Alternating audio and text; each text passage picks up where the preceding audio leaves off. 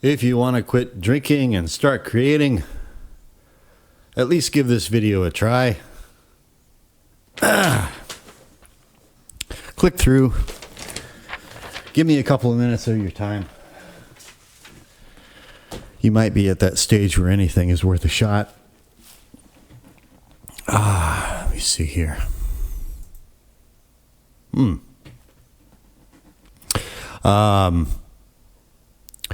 Yeah, my color balance on my webcam is still in shoegaze mode. Welcome to my channel. I am the Alcoholic Audio Engineer, and this is where I'm trying to reach out to people who are struggling with alcohol, maybe reaching a point, hopefully not hitting the proverbial rock bottom yet, but maybe approaching that singularity and wishing to avoid impact, maximum impact. You can turn it around. I was over 3 decades alcoholic, and haven't had a drop in coming up on 6 months now, I think. And so one thing that really helped me turn the corner and get me through the long, lonely, sleepless, desolate, angst-ridden, insomniac nights was home audio production. An old hobby of mine that when I decided I was serious about alcohol cessation, and I really had to get serious about it, I dug out all my old tools and toys and reassembled my studio rig, and I rolled up my sleeves and I got back into it. And so here's my channel. I've got some music videos up. You can just go right to the pudding and see what proof is in there. I stand by what I've managed to achieve, given what little I have here, which I'll show you right now. Here's my studio cam. And this is me in my bedroom in my apartment building in lovely scenic Paju City, South Korea. Outskirts of Paju City, South Korea, right on the edge of the countryside. There's George, the orangutan. These are the 2 guitars that I almost exclusively use. There's my pedal board. Here's my audio interface. That's a synthesizer modeler.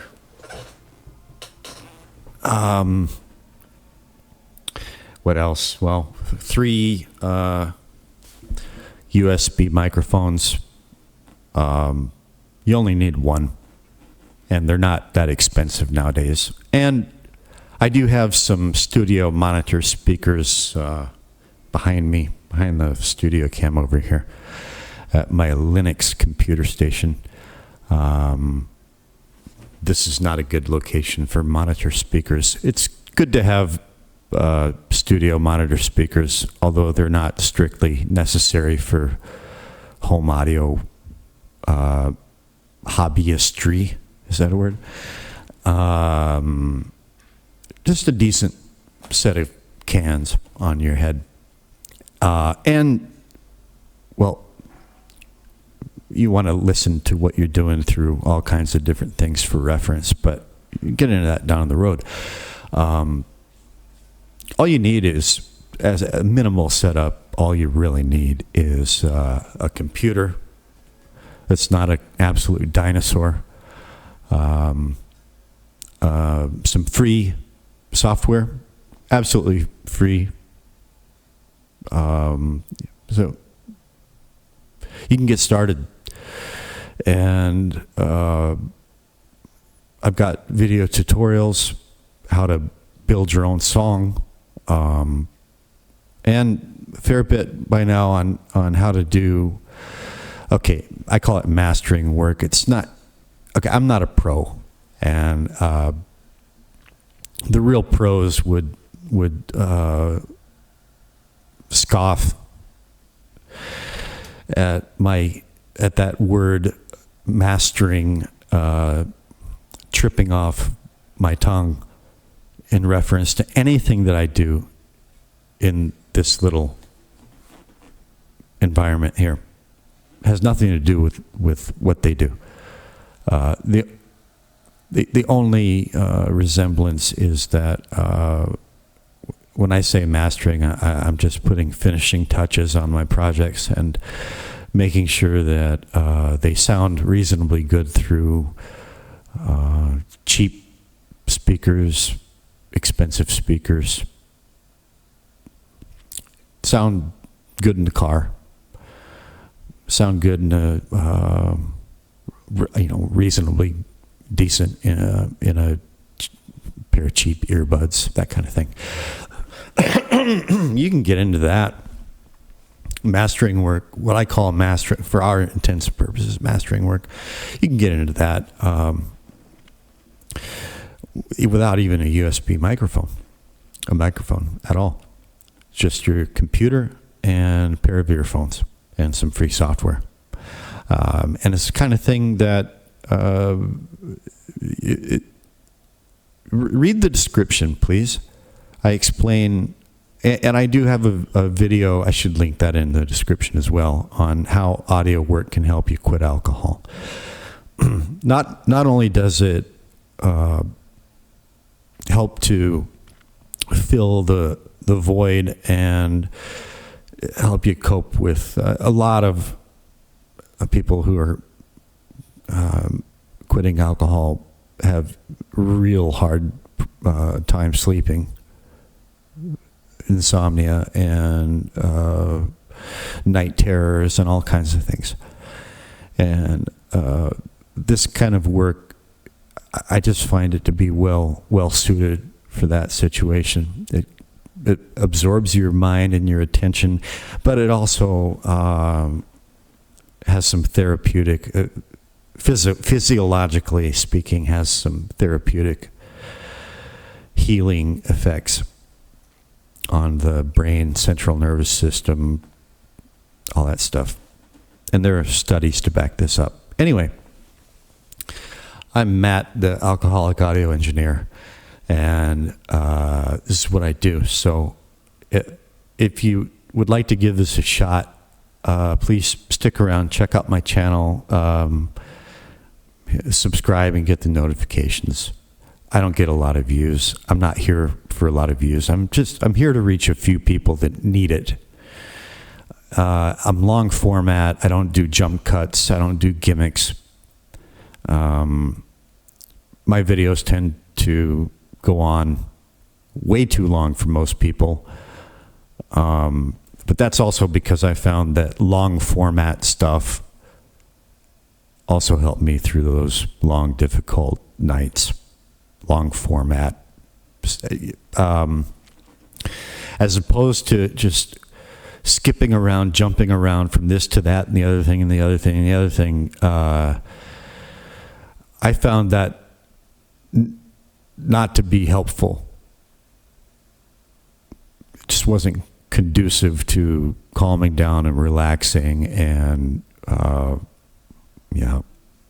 prefer to find a space that I can dwell in and just be there for a while, and be with another person for a while.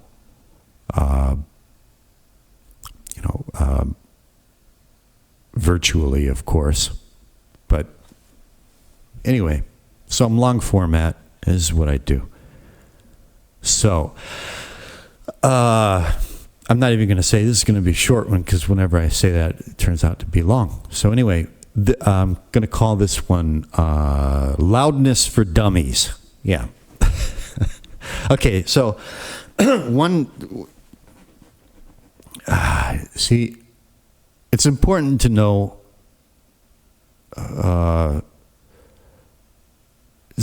your blind spots, right? Let me just get myself out of the way here and get ready to start talking about what I'm supposed to be talking about. All right. And so I get everything arranged here. Oh, wait a minute. There we go. Right. All right. So, Loudness for Dummies. And blind spots. I consider myself to be pretty good at what I do in terms of home audio production. I have a hearing impediment. I'm partially deaf in my left ear. And my pitch perception is a few cents flat in my left ear. I've learned to compensate for that, and I stand by what I've done. And my recording history goes back, well, these days I'm remastering an album that I recorded live in a Buddhist temple in the Korean countryside like 18 years ago. So, and I once turned down a recording contract during that time, actually, with a Universal Music Group. It's like, I'm not new to this, and I'm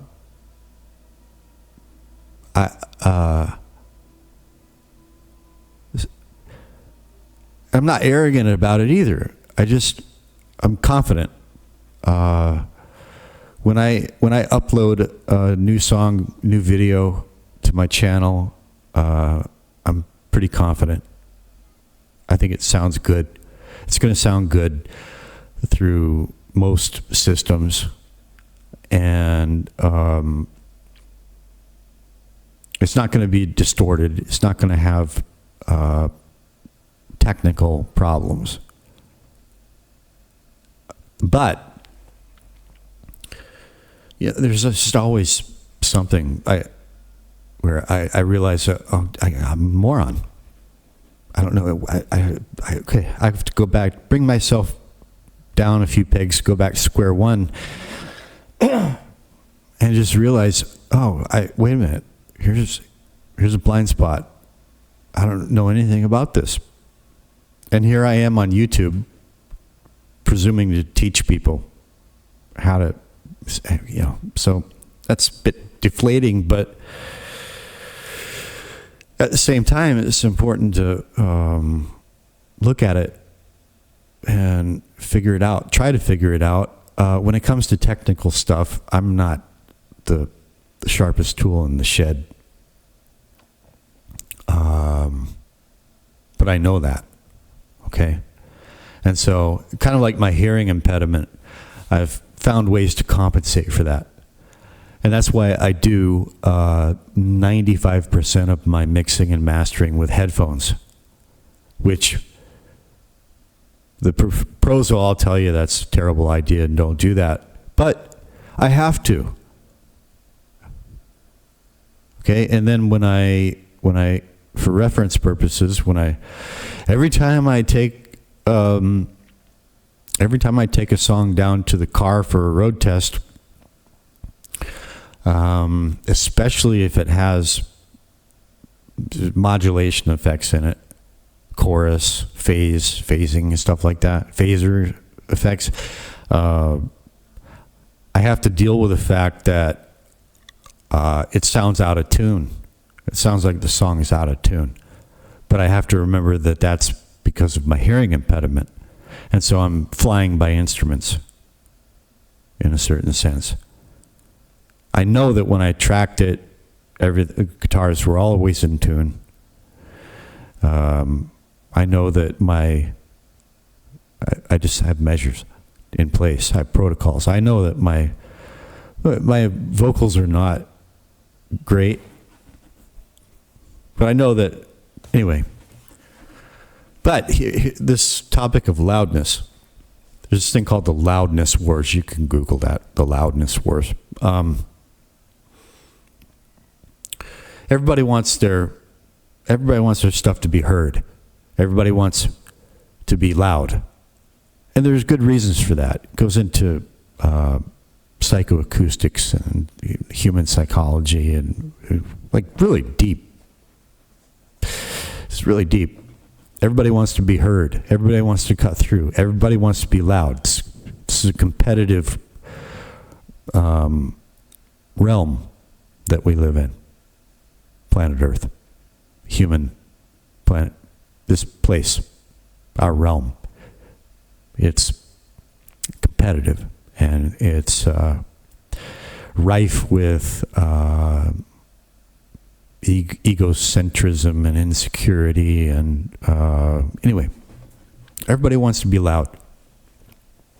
And so there's loudness wars. And I'm cutting a long story short here. And so Apple, their online music streaming, Spotify, is that right? All these places where you go to stream and download music, and I think this includes YouTube and other platforms, they all instituted measures to kind of like put a cap on this arms race of loudness. And I was on this website called Quora recently where people go to ask and answer questions. And at first I thought Quora was great. And then yesterday I thought it was dark and sinister. But then again, I have a paranoid streak. But then again, I have good reasons for having that paranoid streak. And so now I'm kind of on the fence about Quora. But anyways, Quora is a place where you can go ask questions about audio production, and you'll get answers from professionals with pedigrees. And so I noticed some answers on there in response to questions about how loud should I master my mix, my song? What should be my peak loudness? Where should I peak? In digital audio, the ceiling, generally speaking, is 0.0. And so, if you're new to this, let's just say that for right now.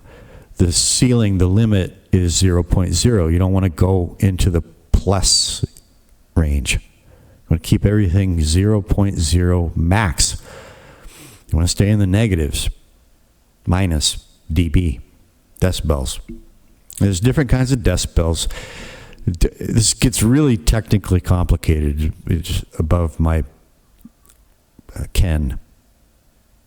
And so, similar to my hearing impediment, I have to find ways around my obtuseness so that I can get a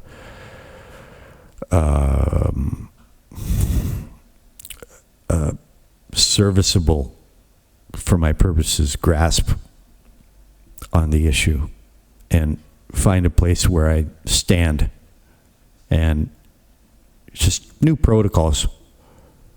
And then I can just forget about it, not worry about it. Heuristics. Just get to the...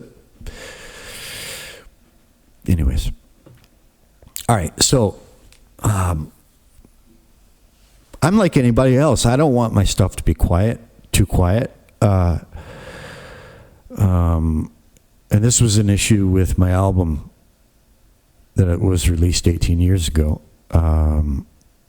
After it came out, and then I'm at get-togethers with people, and hey, put on your album.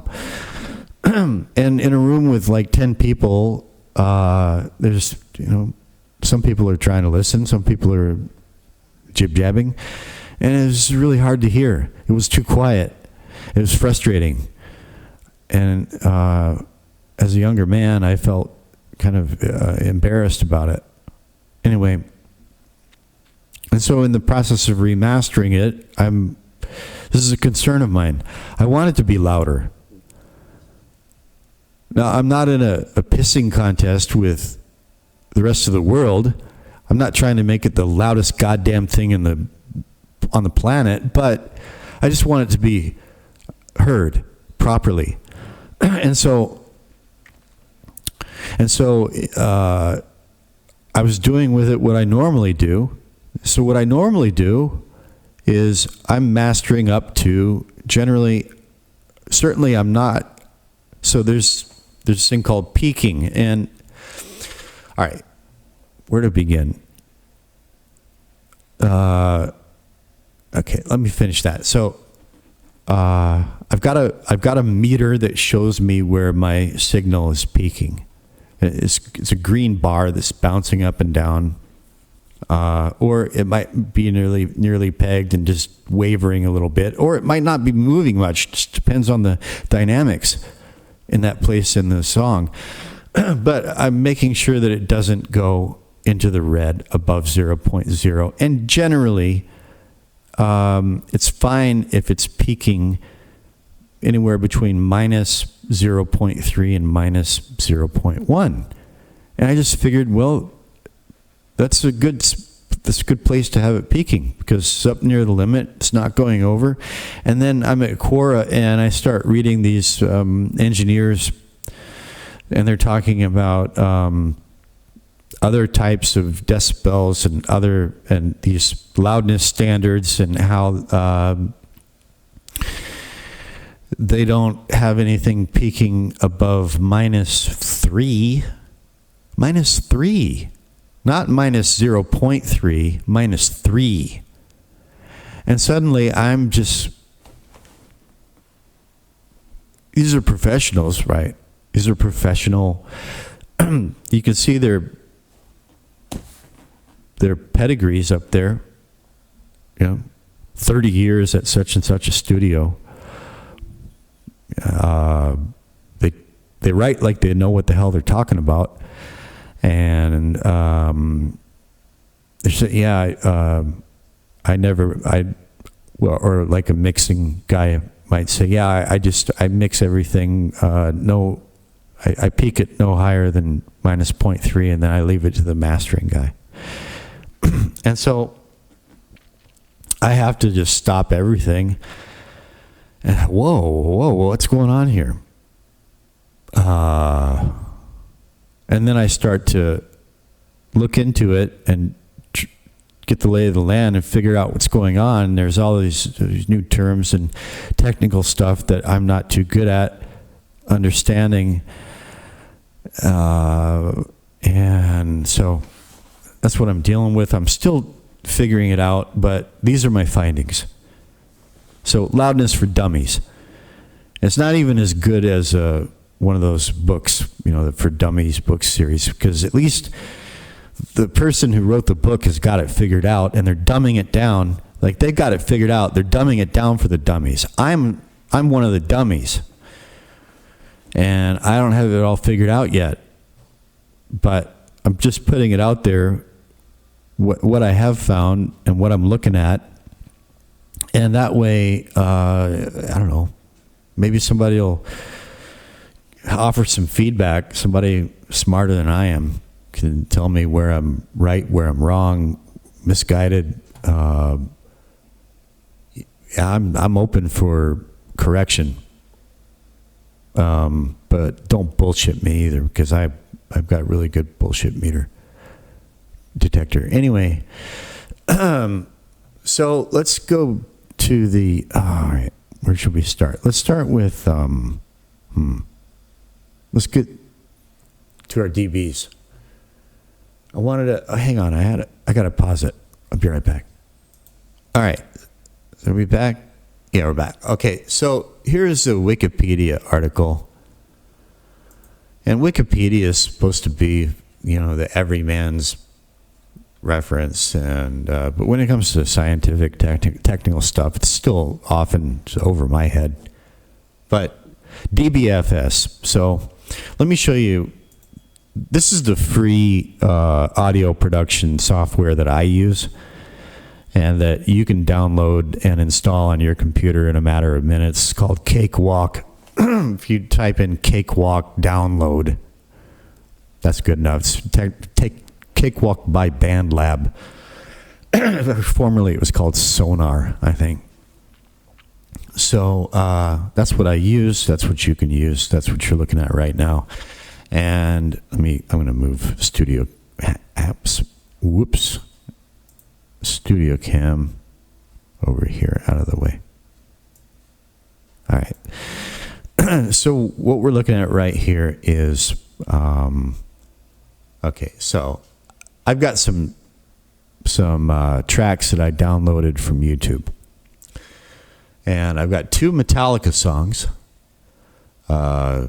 One is called Until It Sleeps. That's from like 10 or 15 years ago. A much more recent one, I don't know, I think like 5 years ago, called 72 Seasons. That's this one. I got a couple of my tracks. One is Maybe I'm Cursed. That's the video that autoplays when you hit my channel, or should autoplay when you hit my channel. Whether it does or not, I don't know. Or Does the World Dream Me? That's... Sorry, I got a frog in my throat this morning. That is one that I've been working on for weeks now. Still working on it. Billie Eilish. Okay, so I took Metallica because it was Metallica. Jesus. Sorry. It really irritates me when someone else does that and they're making a video and they keep doing that. So I'm going to pause it and get this goddamn frog, send him packing. All right. The issue is not totally resolved. I got some No Name Zero Cola, some bubbles. Hopefully that'll dissolve the frog. Anyway, I just wanted some reference. See what some industry standards are doing. You don't get any more industry standard than Metallica, for crying out loud. And I chose Billie Eilish because she's a superstar. She's what I would consider to be doing the industry standard thing. But it's more of a quiet. They're very different. Right? Metallica's Metallica. Billie Eilish is Billie Eilish.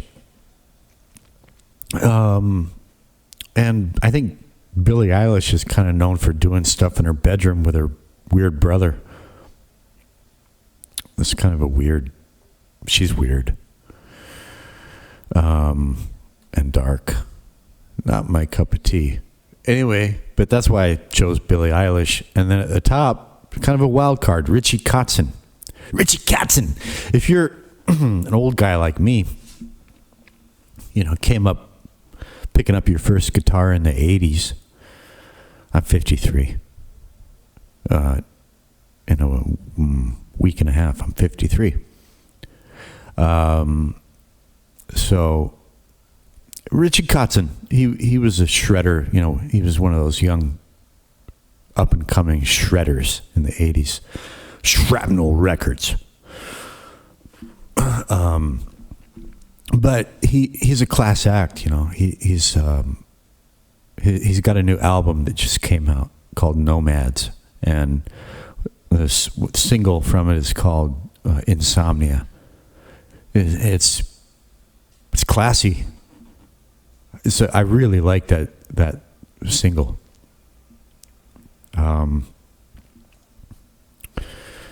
So that's what we have. Richie Kotzen, Insomnia, Metallica, Until It Sleeps, Metallica, 72 Seasons, Little Old Me, Maybe I'm Cursed, Little Old Me, or Does the World Dream Me, 2.0, Console Zero, and Billie Eilish. Look at the waveforms. You get a visual reference right off the bat. So start with 72 Seasons. You see where the green, it just turns into basically a wall. that just fills up the width of the rectangle there. That there is 0.0. Just walled 0.0. Now,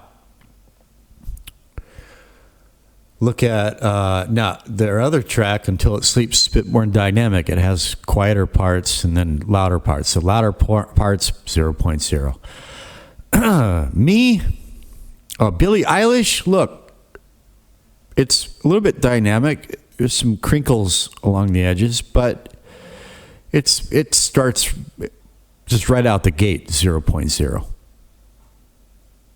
Okay, and me, yeah, right out the gate 0.0.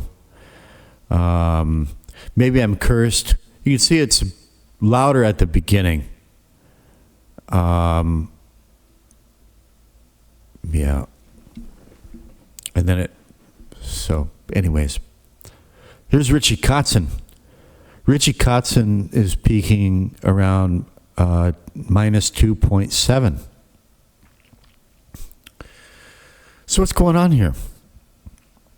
Richie Kotzen, he's not like Metallica. He's not like Billie Eilish. He's not a household name. He's been around forever. He's an industry guy. And he works with, he's a whale. You might never have heard of him, but he's a whale, Richie Kotzen. So, what's he doing? Why isn't he, why aren't he and his people peaking up at 0.0? That's my question. That's what I'm trying to figure out. Obviously, this is not anywhere near. I could expand this and get just dozens of examples from different genres and all that, but this is enough for now. So let's get down to brass tacks here. I want to minimize this. There we go. So DBFS. Oh yeah, that's one thing I wanted to establish here before I leave Cakewalk. So right over here, okay, I'm going to go ahead and just, I'll do this now. So this is the solo button. I hit S. That means I'm only going to be playing Richie Kotzen. And I click on the track to make sure that when we look over here at the loudness meter, we're looking at, you see right here, it says Richie Kotzen. Richie Kotzen. Richie Kotzen. That's the loudness that and I'm only going to play like a split second because I don't want to get any copyright strike bullshit. And the algorithm is just looking for any reason to pounce on me. Yeah, I'm paranoid, but I have reasons for it. Here we go. Oh, wait a minute. I had myself soloed at the same time. All right, here we go. So check out the meter over here, the meters. This is Richie Kotzen. That's the channel. This is the master. Don't worry about that for right now. Oh, and I have these. So I have the meter set at something called RMS. RMS. I have everything set at RMS. We're going to get into that in a minute. For those of you who already know where I'm going with this, the meters are set at RMS. Okay? And yeah, all RMS. So here's Richie Kotzen. All right. This is second or less. I shouldn't get me copyright struck. So minus 2.8. It does, if you play it through all the way, it does peak somewhere around minus 2.7, minus 2.6. Still, that's over the minus 3 that the engineers on Quora are talking about. And if you really know what this is all about, you might just be like face palming and shaking your head at me. That's fine. Yeah, I'm a moron. Maybe you could just like be kind to me and the rest of us, and enlighten us in the comments. You don't even have to be polite about it. I don't care. Be an asshole. I don't care. Just bring goods. Okay, so here is the same instant. I chose a place where everything is hot. Here is Until It Sleeps. Okay, so in that little. Oh, wait a minute. Oh, okay. So I gotta click on the track so it says Metallica 1 down here. Okay, do it again. Click. Okay, here we go. Okay, minus 0.2 in that little less than 1 second. But it, for much of this, it peaks at 0.0. Here is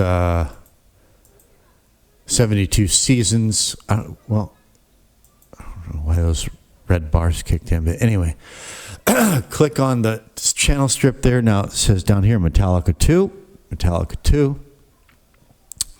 and okay, 0.0, right straight up.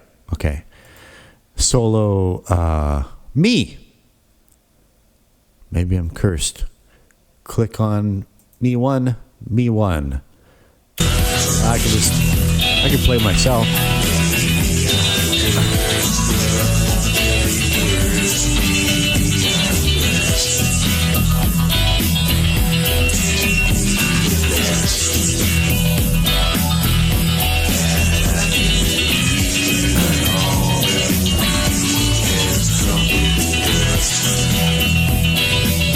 I'm just going to let it play for a minute.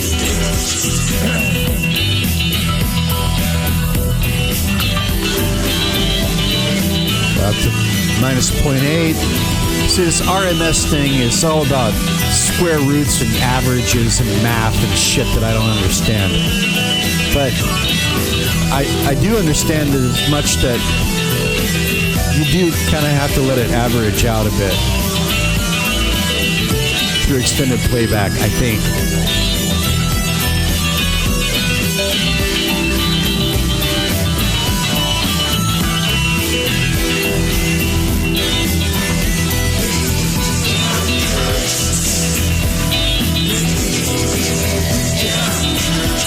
All right, so I'm guessing that if I play back through the whole song, although you see at the beginning, okay, so I did this before. I'm not going to do it right now, but it does.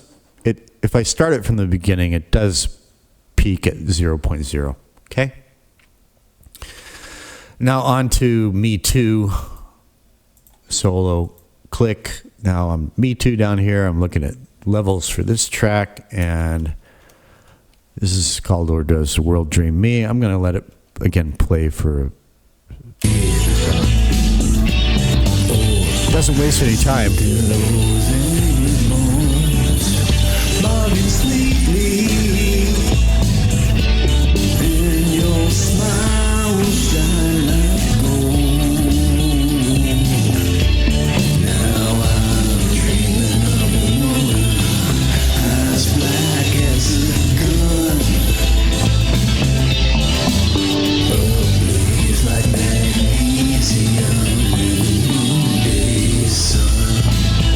All right, that's my shoegaze song, Wall of Sound song.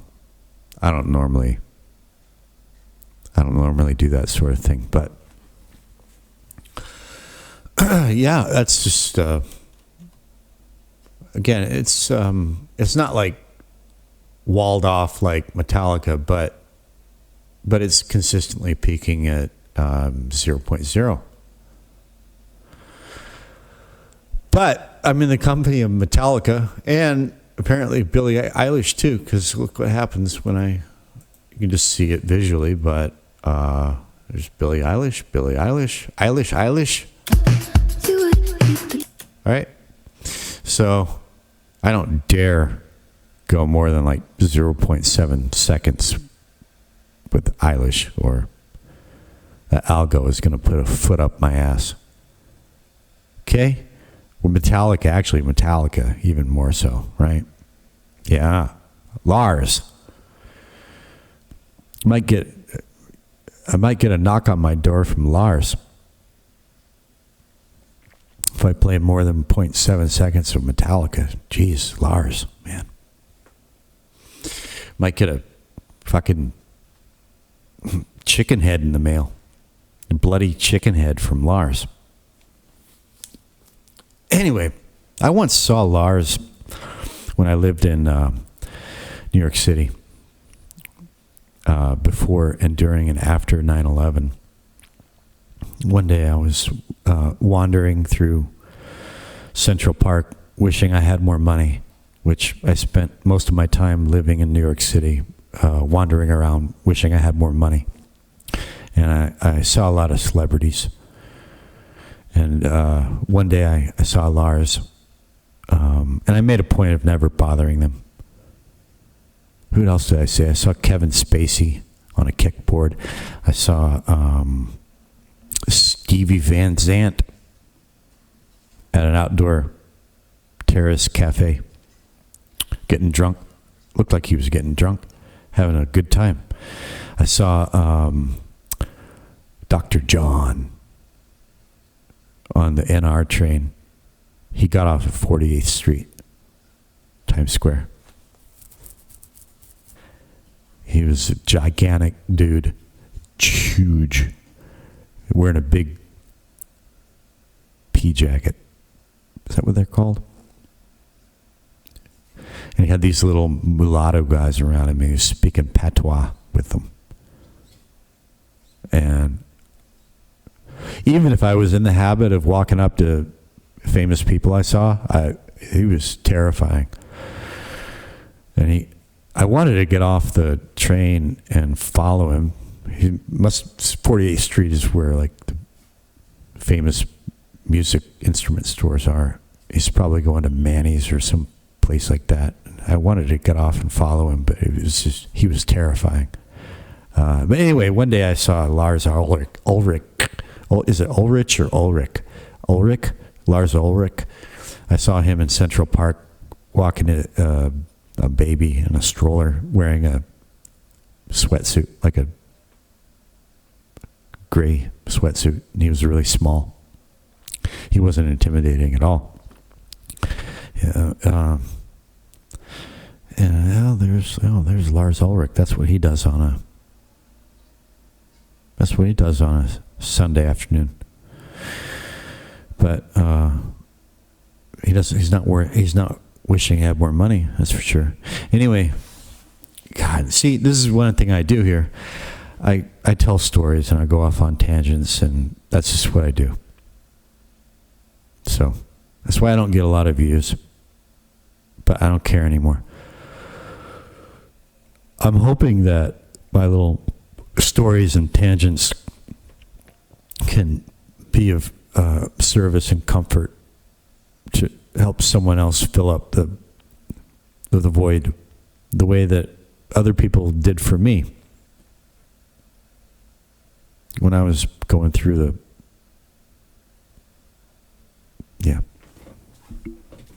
So, all right, back to business here.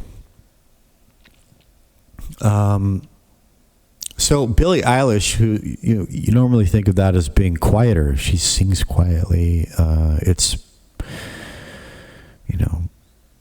the kind of music that's produced. From what I've read, I mean, everything is so deceptive and all about appearances in this world. Who really knows? But I think that the story is that she and her weird brother Phineas sit in their bedroom coming up with beats, and Phineas is the genius that does all the arranging and tracking and mixing and got her discovered, and Phineas is the boy genius. And but anyway, Billie is slamming it just as hard as Metallica. So what's going on here? What's really going on? Why are those engineers at Quora saying, "Oh, well, we just keep it down at -3"? Huh? All right. Well, Richie Kotzen's in that territory. And there must be others doing that like Richie Kotzen. So anyways, what is DBFS? Decibels relative to full scale. It is a unit of measurement for amplitude levels in digital systems such as blah, blah, blah. The unit is similar to the units dBOV and decibels relative to overload. See, I told you there's all kinds of decibels. And I just try to... What can I understand here without like having to go to MIT? The level of 0 dBFS is assigned to the maximum possible digital level. My caveman brain can understand that much. Conventions differ for root mean square RMS measurements, but all peak measurements smaller than the maximum are negative levels. Okay. A digital signal that does not contain any samples at 0 dBFS can still clip when converted to analog form due to the signal reconstruction process interpolating between samples. The latter part of that sentence I don't understand, but the first part I do. This is meaningful and important right here. This can be prevented by careful digital to analog converter circuit design. Measurements of the true inner sample peak levels are notated as dBTP or dBTP. dBTP or dBTP? I don't know. Have your coffee or have your coffee? I don't know. Are there 2 dBTPs? DBT, I don't know. Okay, I'm trying to make this easier for somebody, including myself. All right, why do I say that this might be meaningful and important? Because it's the part here, can still clip when converted to analog form. Now, what this says to me is that in my domain of digital audio production, I can, from tracking to mix down to the final touches of mastering, such as I do it, to the point where I'm ready to upload it onto the internet for others to listen to. It never peaks above 0.0. But this seems to indicate to me that it can still clip when converted to analog form. That means when someone on the other side of the world clicks play on my video and it comes out their speakers, when it comes out their speakers or their headphones, at that point it has been converted back to analog form, because sound waves coming off of speakers, that's analog form, to the best of my understanding. Once the signal has vibrated membranes which have affected sound pressure waves in the physical universe, which then vibrate the eardrums, then it's analog. That's the analog domain. So, there's a hint, there's a clue. RMS levels, this gets technical. It just has to do with, it's more of an average thing. Like, your what is it called? DBFS sets. And there's another just kind of, but, okay. DBFS is basically the loudest point in the, so if your song, if the waveform of your song is a mountain range, it's the highest peak in the mountain range. And RMS is more like the average. And so, let me see, is there anything else I want to focus?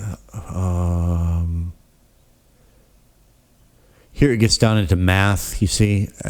That's where I'm not even, you might as well,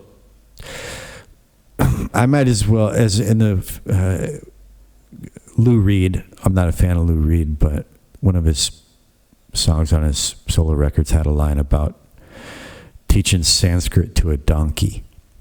And I might as well be a donkey wanting to learn Sanskrit. Okay? So let me go here to, all right, I had this Microsoft Edge browser open, which I never use because I was looking at the Dolomites. Because when I got up this morning, my desktop, it's changed again. Look at that. Well, my desktop was a picture of the Dolomites, and it was actually this picture right here. And so you get an option to learn about the picture that is on your desktop, and it opens Microsoft Edge. Anyway, I was going to talk about that at the end after I finish meandering my way through the point, around and through the point, to the point. All right. So I'm going to switch over to Brave because Brave is my go-to browser because Brave has an AI research assistant that helps retards like myself to get to the short, skinny. And where is it? Okay, there. So I went to Brave browser and I typed in DBFS versus RMS normalization. So normalization is it just means getting things as loud as you can, I want to be careful, but not too careful. Maximizing loudness and making sure that all the tracks on the album kind of match each other in terms of loudness. There's different kinds of loudness too. Anyways, let's read through this because this is the AI breakdown that helps people like me get a handle on stuff like this. DBFS versus RMS normalization. In audio processing, normalization is crucial to ensure consistent loudness levels across different tracks and formats. Two popular methods for normalization are DBFS, decibels relative to full scale, and RMS, root mean square. Here's a breakdown of each. DBFS normalization measures the peak amplitude of an audio signal. Only indicates whether the signal is clipping or not. Does not account for human perception of loudness. Important. Often used for technical purposes such as ensuring signal integrity. Not suitable for loudness normalization as it can lead to inconsistent results. Well, I still have questions, but at least the questions are clear, much more clear, and it's boiled down to language I can more or less understand. RMS normalization calculates the average power of an audio signal. This is more my language. Takes into account the overall level of the signal, not just peak values. More accurately represents human perception of loudness. Good. So I'm already a fan of RMS.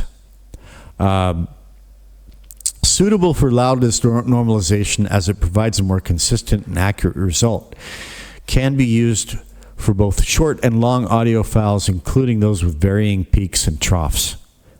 And then you got your key takeaways, which I'm not going to, that's good enough for this, for purposes of what I'm doing here,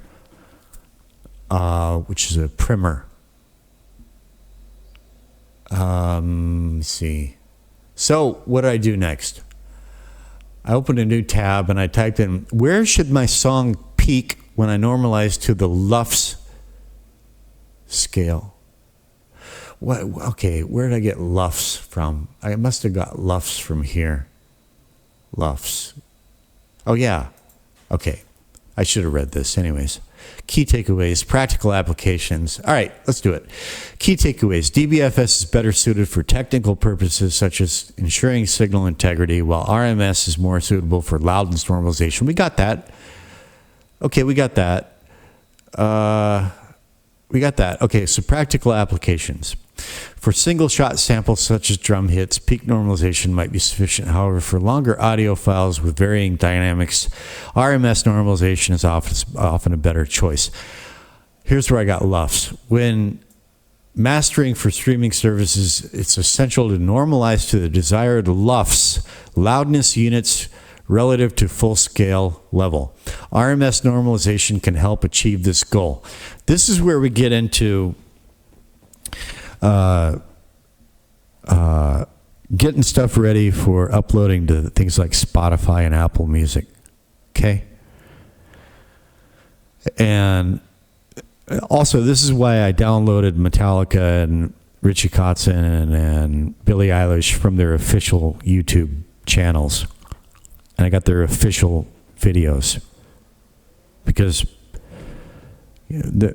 I would assume that it's official.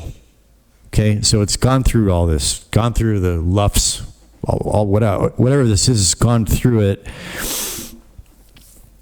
They're pros. They know what this is all about. So I'm looking for the official final result. I'm looking at what they do.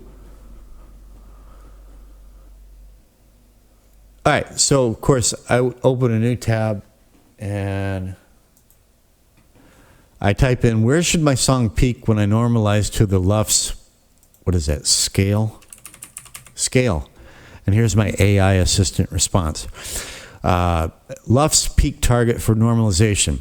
Here's where I start to get lost in the weeds, but I'm picking my way around trying to figure out it.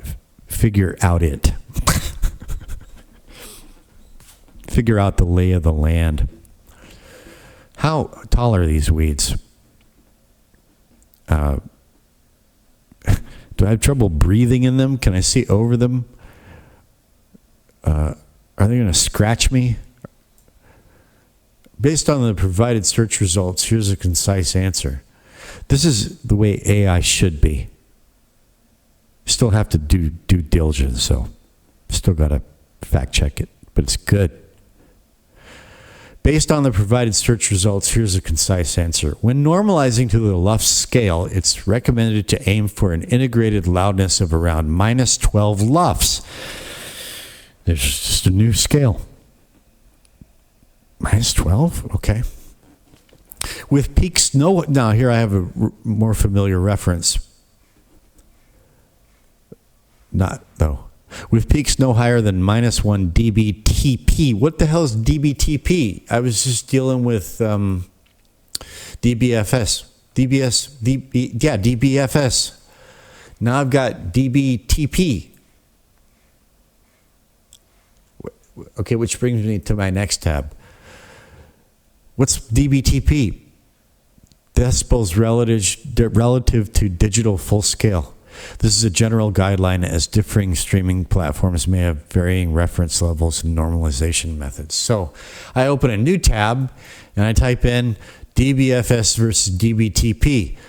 In the realm of digital audio, DBFS, decibels relative to full scale, and dBTP, decibels true peak, are two distinct units of measurement used to quantify signal levels. While they share some similarities, they serve two different purposes and are used in various stages of the audio production process. DBFS measures the amplitude level of a digital signal relative to its maximum possible value, 0 dBFS. Defined as the ratio of the signal amplitude up to the maximum amplitude with 0 dBFS representing the maximum digital level. Am I reading anything new here? Used to measure the peak amplitude. Okay, pulse code, we read about that. Typically used to set levels and ensure proper gain staging. I'm getting that picture. Okay, so this is good for tracking, and this is good for the arrangement, production, tracking, production. Here and then, but we need to leave that behind as we get more into mixing and mastering and move into the RMS realm. What is dBTP? Decibels true peak. Let's get the key differences, you see. Key differences. Reference point. dBFS is relative to the maximum digital level, while dBTP is absolute, referencing the true peak level of the signal. All right. Am I still rolling here? Yeah, I am. Okay. Hour in. Typical. Sorry I don't smile more. I was recently advised by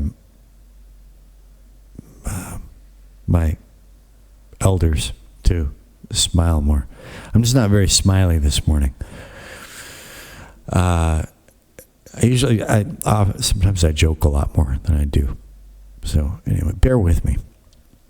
If you're in for this sort of thing, you're in for the long haul. And I'm going to get to know you. You should. My email is there in the channel description. If you click around, you find it. Send me an email. I respond. Leave me a comment. As long as, leave me a comment. It might not be right away, but I will answer. If I don't answer right away, it's because I didn't see it. As soon as I see it, I reply. Anyway. Reference point. So, wow, what does that mean? What's the real difference? dBFS measures the peak amplitude of a signal within a single sample, whereas dBTP accounts for inter-sample peaks and the signal reconstruction process. Do I really need to care about this as a home? I'm not a pro. I'm not in a room with, I'm not a multi-million-dollar studio here. I'm not a pro. Do I need to worry about this? I doubt it. dBFS is primarily used for gain staging and level setting, while dBTP is used to prevent digital clipping and ensure signal clarity. I don't know. They seem to be very similar, and the distinctions seem to be lost on someone like me, to whom they probably don't really pertain, to whose purposes and applications they probably do not strongly pertain, if at all. So, what's this? Oh yeah, okay. It's about Kotzen, Richie Kotzen. Okay. Kotzen is a class act. He's aged well. He's probably my same age, 53, and he's a gentleman. His new music is fabulous, man. And I don't say that in a gay way. It's fab. Just say, leave it at one syllable. It's fab. It's pretty fucking fab. I like Richie. Okay. I wish I could play his song in the video. Okay. Luff's peak target for normalization. I'm going to let you read that with your eyeballs while I take a sip. Matter of fact, I'm going to pause this and let you read it with your eyeballs while I go see a man about a horse. And if you're from my neck of the woods, you'll understand what that means. Be right back. All right. If you just hang on. If you just caught me being stupid, I was just really stupid just now. That was a brain fart. That's how dumb I am. Now, read it with your eyeballs. Okay, I'll read through it. Wait, is that the one I wanted to be on? Or is it this one? Yeah, okay. This one here. Luff's peak target for normalization. No higher than 1 dBTP. We got there. So I'm looking at dBTP and dBFS is more or less interchangeable. -1. Okay. General guideline, blah, blah, blah. See, where is the point? Aiming for an integrated loudness of -12 LUFS and peak levels around -1 dBTP should provide a good starting point for most songs. Okay, Spotify's reference level is user selectable between -19, -14, and -11 LUFS, but it's generally recommended to aim for -12. All right. I've never uploaded to Spotify, so where am I with this? I don't know. I still don't have it all figured out. But I look at what the industry standard bigwigs are doing, and it looks like, as far as Metallica and Billie Eilish are concerned, 0 fucks are given in terms of. Now I've got this, so I don't have any kind of LUFS thing built into my cakewalk meter options here. I've got peak RMS, peak plus RMS. That's what I've got to work with when I'm setting my levels, my loudness. And I've got my ears and I've got my brain. Metallica and Billie Eilish are taking it up to 0.0. Richie Kotzen, and his sound is really pretty cool. It's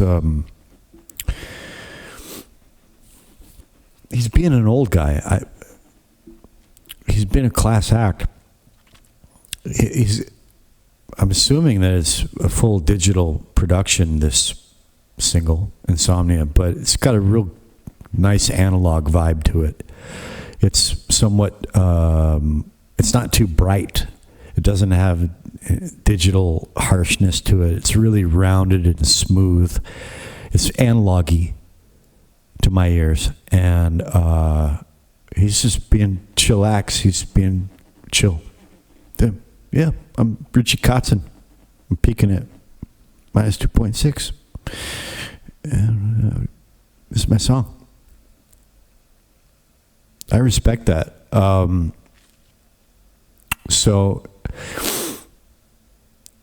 I guess the takeaway for me personally at this point is, so here's something I can do. I can play my own shit back. And so here's the next thing I'm inclined to do is, I've got 2 of my songs here.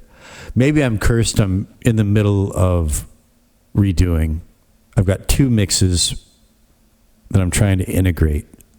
This one has more clarity and less power. I've got another one that has a lot more power and propulsive drive to it, less clarity.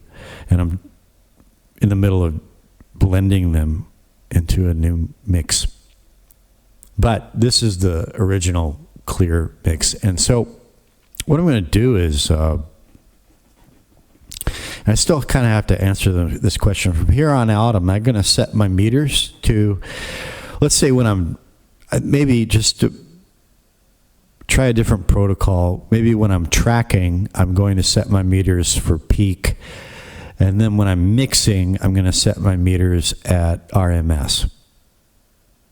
Or maybe you just set at peak plus RMS all the time. I don't know. That's another rabbit hole I'm going to go down. But anyway, right now, just for to see what it's like, I'm going to, and so now we didn't really get into this, but it's something you can look into. There's like perceived loudness, the way that the human brain perceives loudness, and that is sort of a point of consideration in the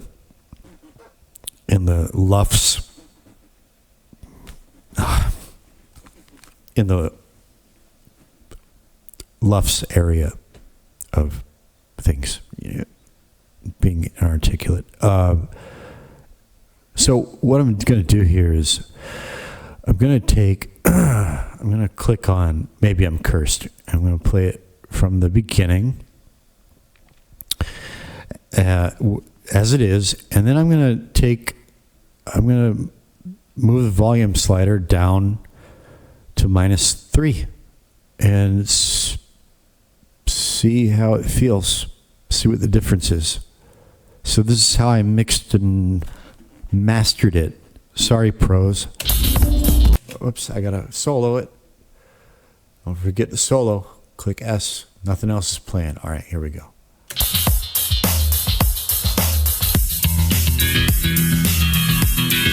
See, peaking at -0.1. This is the loudest part of the song.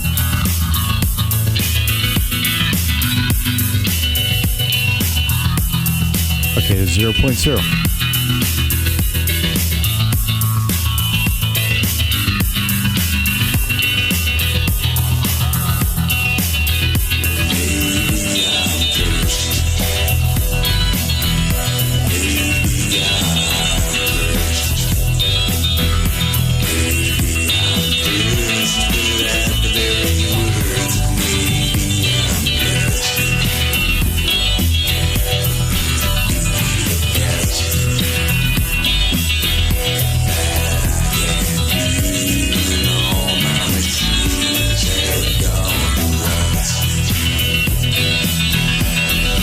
I'm going to play it through the first solo.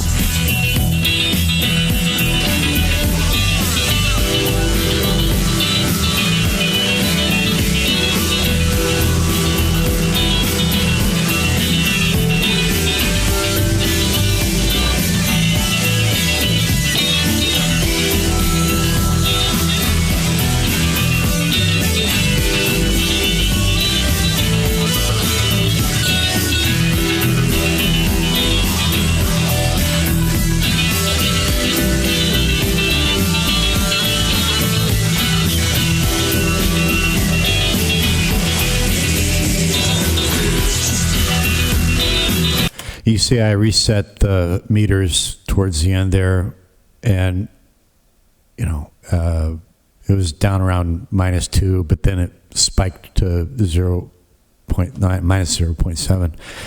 I played it through the solo because for sake of reference. So while it's still fresh in the brain, I'm going to take this down to -3. Okay, dial it in. Click, click. Whoops, -3.0, and play it back one more time.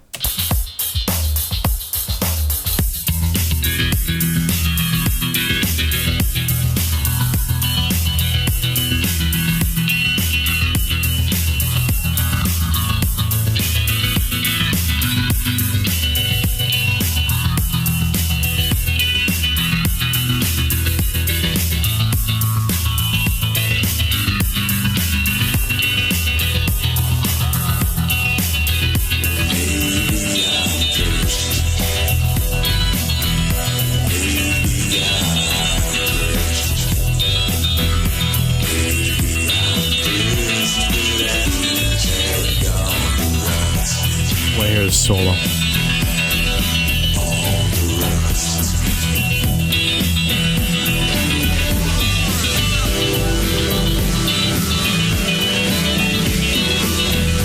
That's enough. It doesn't sound all that much quieter to me. So now I'm gonna play it back, and I'm gonna kind of like move it up and down between -3 and 0. Actually, if you double click the slider, it'll jump back to 0 no matter where you are. So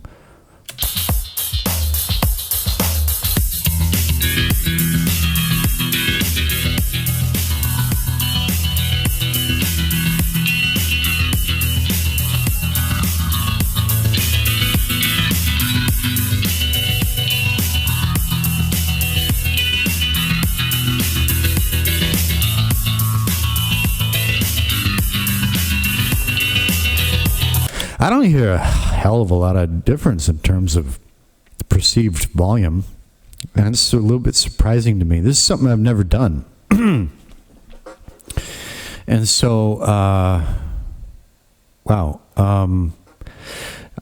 Maybe I'm crossing my wires here. I probably am. Maybe I'm comparing apples and oranges somehow. Maybe I'm just misconstruing what the engineers on Quora are saying. I'm probably no closer to understanding this than when I started.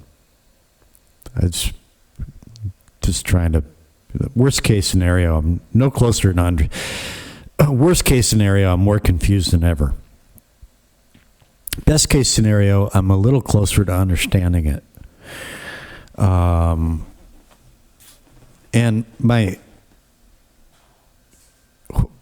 my horse sense is that maybe going back to that issue of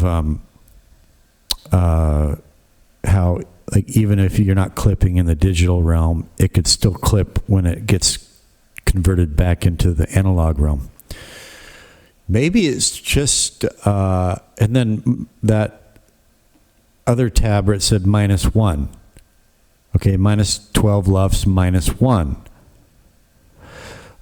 Maybe it's just good practice. This is my hypothesis from here on out. But I'm going to keep looking into this. But my hypothesis right now is that it might just be good practice, because you're not going to really hear much of a difference anyway, but just to make sure that it doesn't clip, whoops, when it's coming through someone's speakers in the real analog world. Okay, -1. Just take it down to -1. Or, and I could be doing it, let's just imagine that this is a mix, and these are all different tracks in a mix, and it's all coming out the master channel, master bus, and I just set the master, this is the output level for everything, and I just set it at -1. Just as just good practice.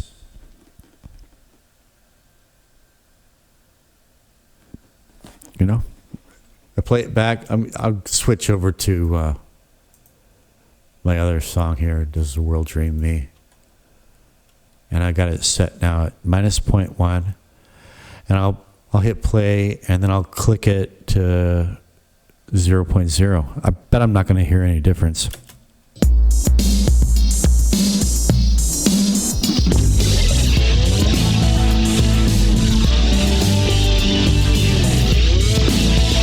Very slight difference, very slight.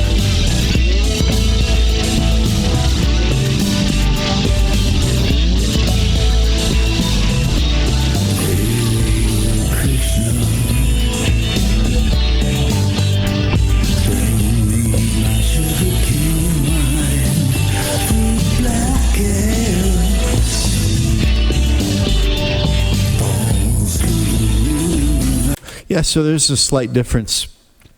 Yeah, I can feel the slight drop in power, and for me, more of a drop in power than volume. And for me, there's a difference. Okay, there's like the volume of things when they hit your ear, but there's something deeper that I prefer just to refer to as power impact.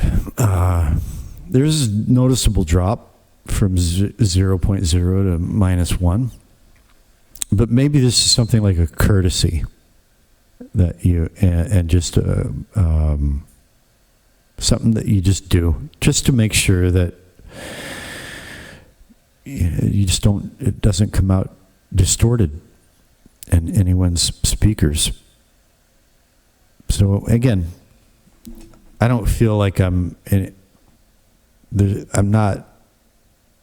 have any sort of conclusion yet.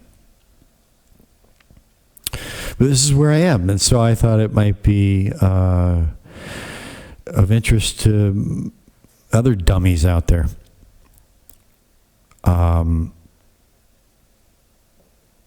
I mean, I'm not Metallica. I'm not Billie Eilish. I'm not, I'm just nobody. But I want to do the right thing. I don't want to be a moron if I don't have to be. I always want to get better. But also I'm also aware that there's a lot of stuff that everybody does that's just dumb.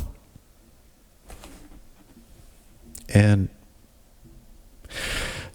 like getting back to Quora, there's stuff that the pros go on about that who am I to say, but I think it's just dumb.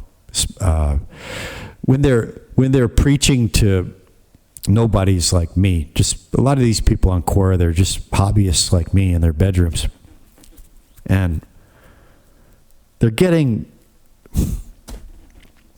advice from pros, and it just doesn't, it's a totally different situation in some ways. It just doesn't apply a lot. Some things that they make these pronouncements that either nobody's like me really don't have to worry about, or it's just inapplicable in some way, maybe more than one way. And then some things that are, I don't know, common practice, widespread, are just dumb. I can think of a fairly recent example having to do with certain experimental biotechnologies that were not only dumb, but dangerously, lethally dumb and stupid. And, I didn't care if it was me against 1 billion people. Dumb is dumb. Stupid is stupid. And if it's dumb and stupid, and I can see as clear as a modus ponens. What is a modus ponens? It's a logical thing. It's like modus ponens or modus tollens. It's like, so I'm not going to use that example. It's dumb. Just basic logic.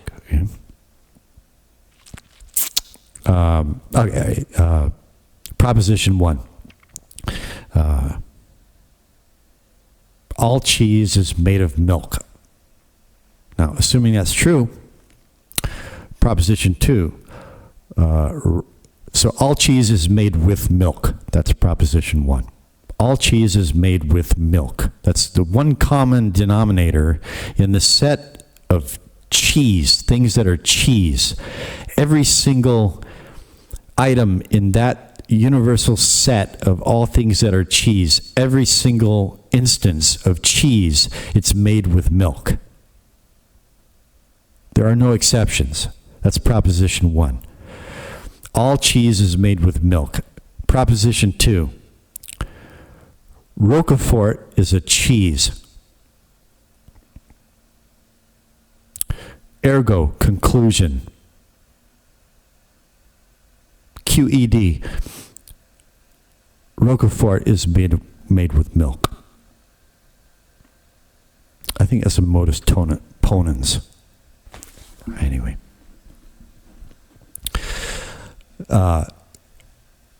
When the logic is that clear, I don't care if there's 1 billion people shouting me down, telling me otherwise. I'm standing my ground. And I'm saying this is stupid, this is bullshit. I'm not doing it. I don't care if you throw me in a dumpster and set it on fire and roast marshmallows over my screaming corpse. I'm not doing it. So I'm going to try to get to the bottom of this. And if it turns out that those engineers are talking out of their asses and just that, then yeah, fuck them.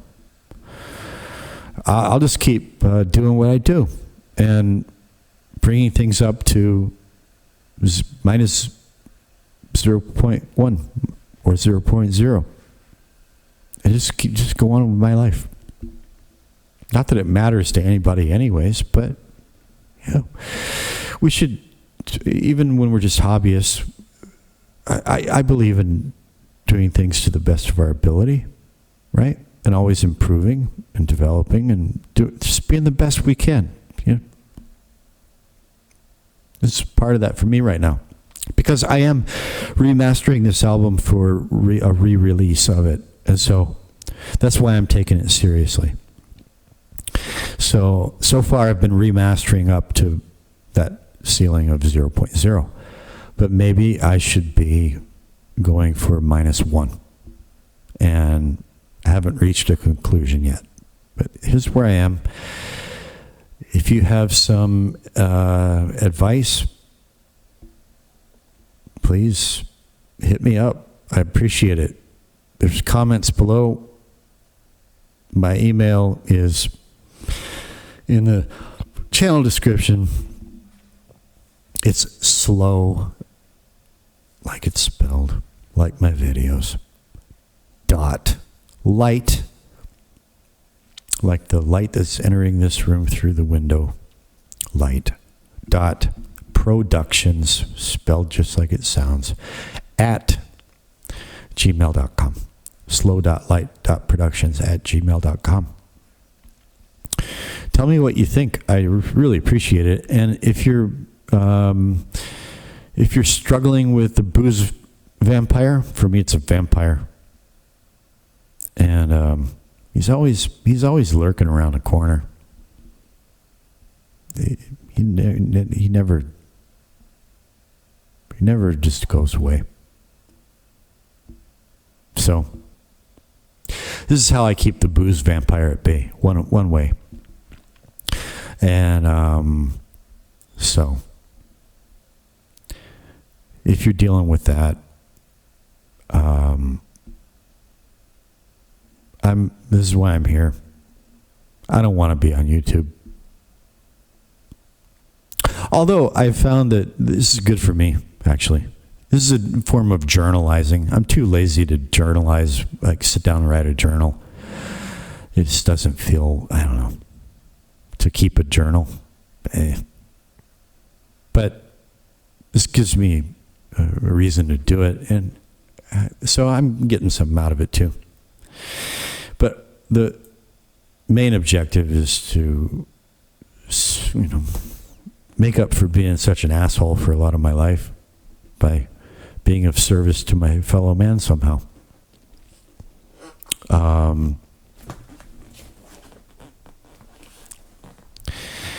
And I'm hoping to, make a few friends along the way, and maybe even do some collaborations, music production collaborations. Some circumstances, I'm up for that. I'm down with that. Down for that. So yeah, that's it for now.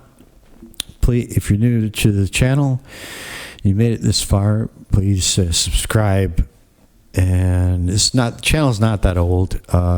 Read the description. There is I'm going to have to do a new series on building a song in Cakewalk, because the first one was my first rodeo, and I was new to YouTube, and his audio quality is bad, and production, I didn't know what I was doing. So I'm going to start a new one here, maybe even today. Just start. I've already picked the song. It was going to be Tom Petty, I Won't Back Down, but it's just too intimidating for me. I've just got so much respect for Tom Petty, and I'm just not that confident that I can do justice to that song, man. And in so many ways, it's just like the perfect song for this genre and what it is. that I just, I don't want to put my fingertips on it. I don't want to besmirch it and smudge it up. So I think I'm going to use a new song that I just started working on. It'd be more fun that way. And I don't have it all. It's just, the song's not even, I haven't finished writing it. So in a way, I think it's a better candidate for that sort of thing, because I'm discovering it as I go along. And you can participate in that experience and see what it's like to really build a song. It's like building a house. It's like building anything else. And so, okay, enough of my rambling. This has been Alcoholic Audio Engineer with Loudness for Dummies, including me, in lovely, scenic Paju City, South Korea, 5 kilometers roughly south of the North Korean border, on a gorgeous, somewhat hazy but gorgeous final September morning. Over and out.